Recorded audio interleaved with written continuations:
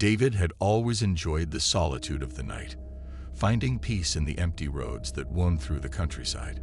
One chilly autumn evening, he decided to embark on a night drive to clear his mind. Little did he know that this drive would become a journey into the depths of fear. As David cruised along the desolate highway, the only company he had was the haunting sound of the wind whispering through the trees. The road stretched endlessly ahead, and the only illumination came from his car's headlights, casting long shadows on the darkened asphalt. The monotony of the drive was shattered when he noticed a lone figure standing by the side of the road. Intrigued and concerned, David slowed down, his headlights revealing a disheveled woman with wild, unkempt hair and torn clothing. She seemed distressed, and her eyes reflected a deep fear. Against his better judgment, David pulled over and rolled down his window. The woman approached hesitantly, revealing a terrified expression. She mumbled something incoherent, and David strained to understand her words. "Please, help me. He's coming," she whispered, her voice trembling. Before David could inquire further, a chilling gust of wind swept through the night, extinguishing the warmth inside his car. The woman's eyes widened in terror, and she pleaded with David to drive her away from this desolate stretch of road. Compelled by a mixture of sympathy and curiosity, David unlocked the car doors, allowing the distressed woman to enter. As they sped away, she glanced nervously over her shoulder, as if expecting an unseen threat. David couldn't shake the feeling that something sinister lurked in the shadows. The woman, who introduced herself as Emily, shared vague details about a menacing presence that had been pursuing her for days. She spoke of an ominous figure that appeared in her rearview mirror during her own night drives, disappearing when she turned around. David couldn't help but feel a growing unease as he listened to her unsettling tale. The night drive that started as a solitary escape had transformed into an unexpected rendezvous with fear, leaving David questioning the true nature of the road ahead. As David continued driving, the atmosphere inside the car grew heavier with each passing mile. Emily's eyes darted nervously, and her shaky hands clutched the edge of the seat. David couldn't ignore the knot tightening in his stomach, a mixture of concern for Emily and an unexplainable fear that seemed to seep into the very fabric of the night. The road, once a comforting ribbon of solitude, now felt like a corridor leading to the unknown. The headlights cut through the darkness, revealing only fleeting glimpses of the surrounding landscape. David stole glances at Emily, whose eyes remained fixed on the side mirror, as if expecting the ominous pursuer to materialize at any moment. David decided to break the tension. "Emily, who's chasing you? Why are you out here alone?" he asked, his voice a mixture of curiosity and genuine concern. She hesitated before responding, her voice barely audible. "I don't know his name. I don't even know why he's after me. It started a week ago, just like any other night. I saw him in my rearview mirror, a dark figure in the distance. Every time I tried to get a better look, he vanished." David's grip tightened on the steering wheel. The unnerving feeling in the pit of his stomach intensified. "Why did you come here? What makes you think he won't follow us?" Emily's eyes met David's, revealing a depth of desperation. "I saw your car on the road earlier, and for some reason, I felt like you could help. Like maybe I could escape this nightmare with your help." As they spoke, the road twisted and turned through dense woods, amplifying the sense of isolation. The only sounds were the hum of the engine and the occasional rustle of leaves in the wind. David couldn't shake the feeling that they were being watched. Suddenly, Emily gasped, her eyes widening in terror. David's heart raced as he glanced in the rearview mirror, half expecting to see the mysterious figure. Instead, he saw nothing but the dark expanse of the road they had just traveled. "What is it?" David asked, his voice strained. "He's here. I can feel it," Emily whispered, her breath catching in her throat. A shiver ran down David's spine as he navigated the winding road. He tried to dismiss the unease, attributing it to the eerie story Emily had shared. Yet, as they rounded a bend, a flicker of movement caught his eye. In the side mirror, he glimpsed a shadowy figure standing at the edge of the road, partially hidden by the trees. Fear gripped David's chest, and he accelerated, hoping to leave the haunting figure behind. However, with each turn, the silhouette persisted, a silent specter trailing them like a relentless shadow. The night drive, once a solitary escape, had transformed into a harrowing pursuit. David's mind raced, grappling with the unsettling reality that they were not alone on this desolate road. The pursuit continued, the shadowy figure a constant presence at the edge of David's consciousness. Emily's breaths quickened, and her eyes darted between the road ahead and the haunting specter behind them. The car's engine hummed with urgency as David pushed the vehicle to its limits, the winding road becoming a chaotic blur. As they approached a dilapidated bridge spanning a murky river, David knew he had to make a decision. The road seemed to stretch endlessly ahead, and panic clawed at the edges of his rational mind. Glancing once again at the rearview mirror, he saw the figure drawing closer, its form now discernible in the pale moonlight. "Who is he?"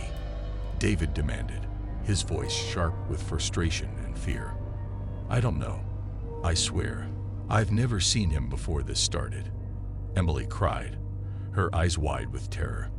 The bridge loomed ahead, its skeletal structure casting eerie shadows on the road. David, driven by a surge of determination, accelerated across the creaking expanse. The haunting figure followed, seemingly undeterred by the treacherous bridge. As they reached the other side, David's pulse quickened. The road ahead seemed to stretch into an infinite abyss of uncertainty. Glancing back, he was relieved to see the shadowy pursuer receding, swallowed by the darkness. For a brief moment, a sense of relief washed over David and Emily. However, as they continued their journey, an unsettling realization crept into their thoughts. The figure had not disappeared. Instead, it had found a new vantage point, perched atop a distant hill, a silent sentinel watching their every move. David's mind raced with the impossibility of the situation. Who was this mysterious pursuer, and why were they targeted? The answers remained elusive, shrouded in the enigma of the night. Driven by an instinct he couldn't explain, David pressed on, determined to confront the ominous figure. The road twisted and turned, leading them to a desolate clearing surrounded by thick woods. The silence was deafening, broken only by the distant rustle of leaves in the wind. Suddenly, the headlights illuminated the figure standing in the middle of the road. David slammed on the brakes, bringing the car to a screeching halt. The figure remained motionless, its features obscured by the shadows. Heart pounding, David and Emily stepped out of the car, their eyes fixed on the mysterious presence before them. A cold wind whispered through the clearing, carrying with it a sense of impending doom. As they approached, the figure slowly turned to face them. In the dim light, David could see a face contorted by an expression of pain and anguish. The air grew heavy with an unspoken sorrow, and the truth unraveled before them. "I'm sorry," the figure whispered, its voice a haunting echo. "I didn't mean to frighten you. I just wanted help." The realization hit David like a wave, leaving him breathless. The figure was no harbinger of terror, but a lost soul trapped between the worlds, reaching out for a connection that had eluded it in life.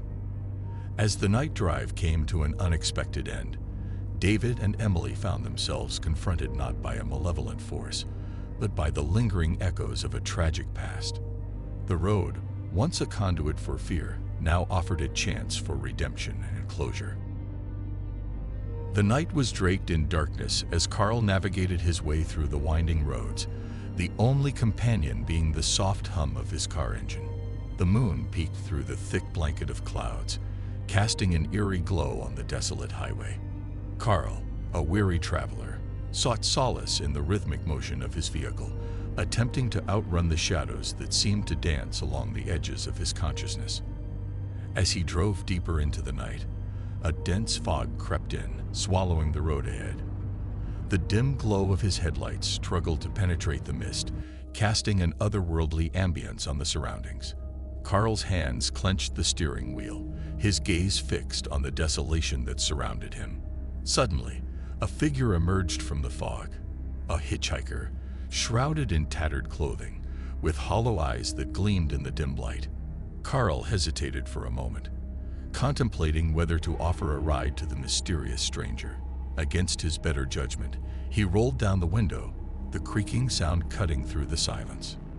The hitchhiker, a silent specter, entered the car without uttering a word. Carl sensed an unsettling chill as the stranger settled into the back seat. The oppressive silence hung in the air, broken only by the monotonous sound of the engine. As miles passed, Carl attempted to engage the hitchhiker in conversation, but the responses were vague and cryptic. Uncomfortable, Carl focused on the road, trying to shake off the unease that settled in his bones.